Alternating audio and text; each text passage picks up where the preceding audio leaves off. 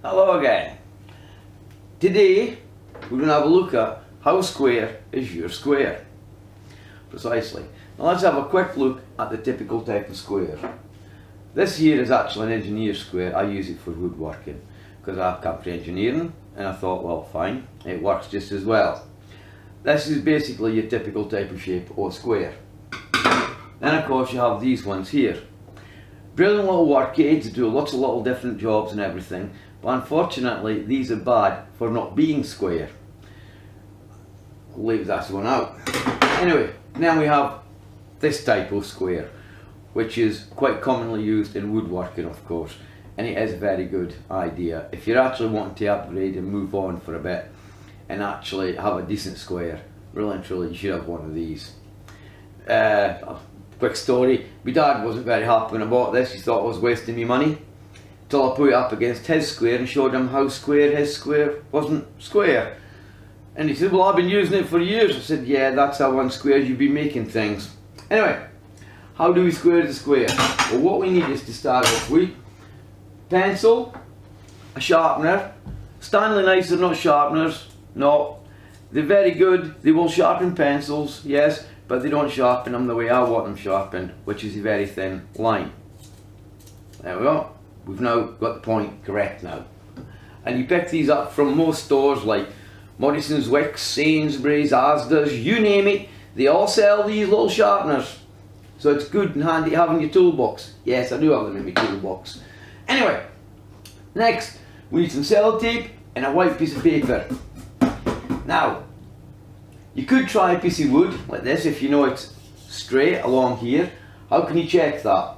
You can check it with your square by placing this on here like this, finding a light source and looking up at it, the light source, and if you see light through the gap, then in that case then this isn't straight, so you can't use it. And if it is, you can. So I'll put that down just now, and I'll go on with the next bit. The paper, sellotape it down to the edge here of a table. I'm using the kitchen table here. And generally where the leaf is, that is always straight all the way along. Although it might have collected a little bit of dirt and everything, make sure it is clean and clear along this edge. Tape the paper as close as you can and as accurate as you can to the edges. It doesn't matter if it's a little bit out, because you're using this edge for it to be straight. So what do you do next? You take your square, right? Actually, I'll bring you in for a closer look at this. I'll show you what I mean. So, this is what we do next. I'll lower my voice because I'm next to the microphone. We put our square directly on the edge here, like so. Make sure this is flat on there. We then put a pencil line along like this. Right? Not too heavy, just nice and gentle. Then we move the square to this side. And if the square doesn't line up, like it's a bit like this, you should be able to see it on the camera, it means your square isn't square. Oh dear. Oh, so I wonder how long the square hasn't been square. Now yesterday I did a quick test up with everything, and I also discovered something else. That my test piece of wood is actually beveled now on there. It wasn't originally. It has now. Obviously it's dried out a bit and it's warped, so I'll have to crush that. So I made another piece, but I'll get around to that later. So anyway, we're square. We've just checked it. It isn't square. This is square, so I'm not going to do it. If, say, depending where you're working, you're going to need somewhere to hit it, find out which direction it needs to go.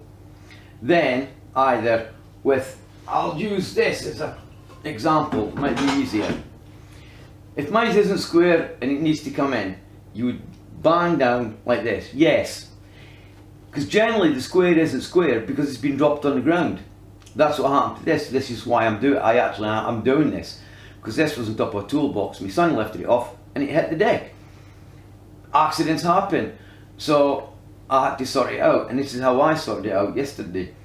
Except I had to go this way to bring it in, or you can go like this. Good firm bang on there, then take it back, we'll remove this, to the line and check it and see where it's got to. And then this way you can tell whether or not your square is actually square. I'll show you exactly what I mean. And if it needs a further tapping, give it a further tapping. And when you're finally finished, it should look like. Now remember, once you've given it the done, go back and give it another line, making sure that you're up there. Do the same again, thin pencil line, see if it matches up again, and if it doesn't, you'll know by how much to move it, by how much you moved it the last time. And then repeat the process over again until eventually you get the lines to actually meet up on either side. It should look like, as I said, this. So, that was easy, flipped off. When it goes on it like so, right, it should be the same all the way along, so that that gap is even. And I tried it with this one yesterday. Obviously I haven't got that piece right there, and if you look at that piece, that is bang on. Obviously I wasn't correct on that first line there, so I'll just correct that now. Yeah, I was right, I was off a bit. See, even I got it wrong. Right to this side, and that now should match up perfect, which it does. I was slightly out of that line there. And if we take this one here, we can see that this one here, to get it right, matches up perfectly as well. And the thing that did surprise me was, yesterday when I was playing with this, which these aren't that accurate, and I haven't readjusted this by the way. Yeah, that's how accurate this one was. I've been very surprised with this one, I have to admit. It's been very, very good. And yet it wasn't that expensive, and I bought this out of Homebase, I believe. So, yesterday, after I'd found out that this was actually bent, and it was giving us a bit of an optical illusion, I suppose you could say, and I used this for testing on this side to get my lines right. I also thought, well, I'm going to have to sort this out. So anyway, how I sorted it out, because we've got a new miter saw, I very quickly handed about for a piece of wood with my son. We then got the table saw out. We found this, and it was a bit ragged on the edges, so what we did was we straightened up the edges here.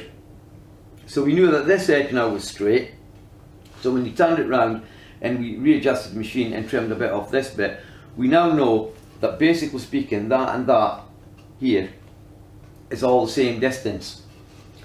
So anyway, to check to make sure that the miters are exactly at the correct angle, the 45s, we then, no, wrong way, oh god, I'm getting confused now. Ah, that's it. Right. And I'll bring in again and I'll show you what I mean again. Now, I am hoping, I've had to turn the light on in here. I did notice it is a bit dark. Now I'm just hoping that this hasn't altered anything, and unfortunately the first bit might look a bit dark. Well, I'm sorry about that. I can't get it right all the time. So what I've done is, I then got this one and checked it here. And as you can see, that line more or less matches. I know I haven't pushed it all the way up, but you can see that it matches on here.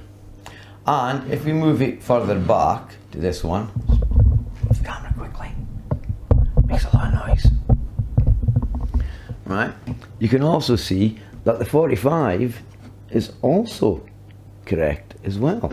I can't see that because I'm trying to look down on top of it. So you see, doing it this method and by using one of these, you can tell. Aha! But what if we then take this one and readjust it to something like this? Actually, that's not too bad actually. I was expecting a bit worse than that. And as you can see, that one now at the 45 does actually work. This has been a surprise. I have a Stanley version of this and that's not as good. So, once you've actually got a template made up and you keep this safe, your piece of wood would be quite handy. What I'm going to do is with this one, I'm just going to get the put G-clamps on it and I'm going to crush it and I'm going to hold it for about a week under pressure and it'll straighten it back out again. I'm not throwing it away, it actually does work. I'm going to keep this because it's also very handy for setting up your miter saw. You now know that that is straight there, this is straight along here, so when you're moving the head on your miter saw you can check it to make sure it's in the right place. I suppose you want me to show you what I actually mean with that. Okay, fine, we'll have a quick look at that just now then. So this is what I actually mean. You can actually set this up. Now, a bit awkward, so I don't stick my hands in front of the camera. Right, bring this down. And if you've got a laser line on your miter saw, you do it with this. This hasn't got a laser line. This actually has a shadow line. And you can very quickly set this up and you can actually see that it is actually perfectly in alignment. What I'll do now is I'll bring you in for a closer look. I'm not too sure whether or not the camera will pick this up, but I'm hoping that I can give you the idea. And what I do is I very slowly line it up so it's just and so touching the actual things there. And that to me is absolutely bang on. It's all the way, the same distance all the way up. So there's a reason for this, and I'll show you why. To start with, I actually have done a video on actually how quickly to set up your miter saw, but what I didn't do was, on this video, was actually show up on here how to do the 45s. I should have, but I didn't. So yeah, well, I might as well leave it on this one. In other words, when you actually move this head here around to say 45, you now know, and believe it or not, for that mark there to that mark there is more or less identically the same. And it'll be the same on this side if I turn it to this side and move it round. Oh, forgot. Oh, great. Coy. So that's that with alignment. Anyway, when you bring it back to here, the chances are you're never going to be 100% again in alignment. So why is it important? Let's just check that. And of course I'm wrong, it is right. You pay the money, you buy a decent machine, and that's what you get. So really and truly, no matter who you are, whether you're in the trade or you're the DIYer, the hobbyist or whatever, actually buying one of these squares here can save you a lot of time and a lot of effort. So how square is your square? If you go away and check them today, just what I've showed you here, you'll be surprised just how unsquare your square actually is. And by having this thing here set up as a template, I can very quickly check the squares, I can very quickly check my machines to make sure they're all running true. So, well then, thank you very much for watching. I hope I've been helpful. I hope you enjoyed it, because I have. So, either subscribe to the channel if you want, give us a thumbs up, give us a thumbs down. Again, I'm not overly bothered. I'm only doing this just for the sheer value of helping people out that don't know how to set up a square. So there you have it. So I say bye now and have a nice day.